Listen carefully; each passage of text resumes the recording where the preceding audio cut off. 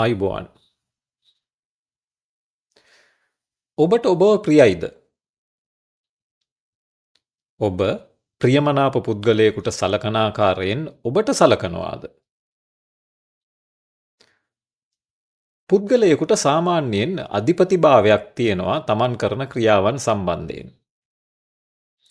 ඉන් අදහස් කළේ සාමාන්‍යයෙන් පුද්ගලයෙකු කරන ක්‍රියාවන් පිළිබඳව ඒ පුද්ගලයාටම තීරණය කරලා කරන්න පුළුවන්. සෑහෙන නිදහසක් තියෙනවා ඒ පුද්ගලයින්ට තමන් කරන ක්‍රියාවන් සම්බන්ධයෙන්.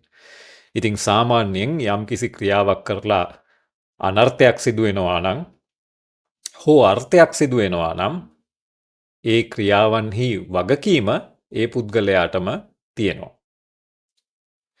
පුද්ගලයෙකු කරන ක්‍රියාවන්ගෙන් සමහරක් වෙලාවට අන් අයට අනර්ථයක් සිදුවෙනවා. තවත් සමහර වෙලාවල් වලට අන් අයට අර්ථයක් සිදුවෙන්නත් පුළුවන්. ඊටත් අමතරව පුද්ගලයෙකු කරන ක්‍රියාවන්ගෙන් ඒ පුද්ගලයාටම අනර්ථයක් සිදුවෙන්නත් පුළුවන්. ඒ පුද්ගලයාට අර්ථයක් සිදුවෙන්නත් පුළුවන්.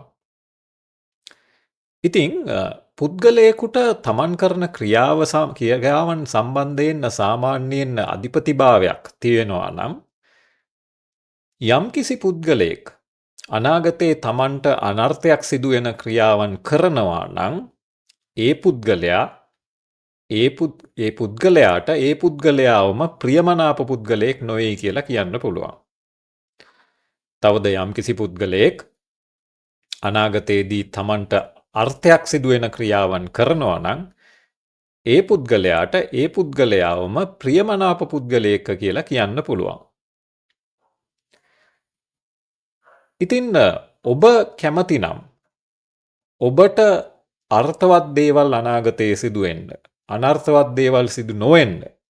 එසේනම් ඔබ කළ යුත්තේ ඔබට ප්‍රිය කිරීම.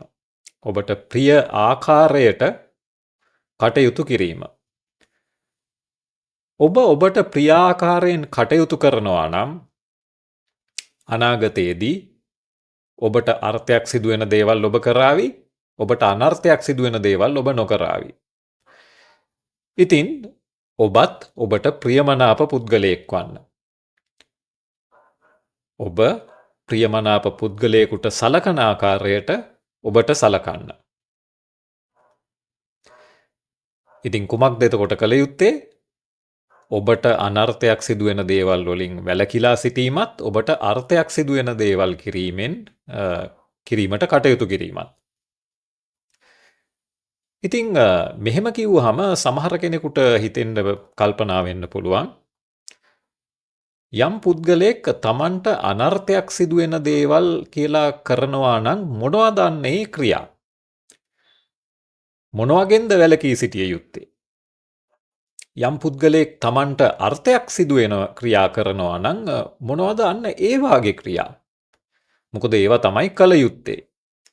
ඉතින් ඒ බව වැඩිදුරටත් දැන ගැනීමට ඔබ කැමතිනම් මේ වීඩියෝවේ විස්තරයේ සඳහන්ව ඇති සම්බන්ධයෙන් යොමු වන ලිපියට යොමු වෙලා අන්න ඒ ලිපිය කියවා බලන්න. ස්තුතියි.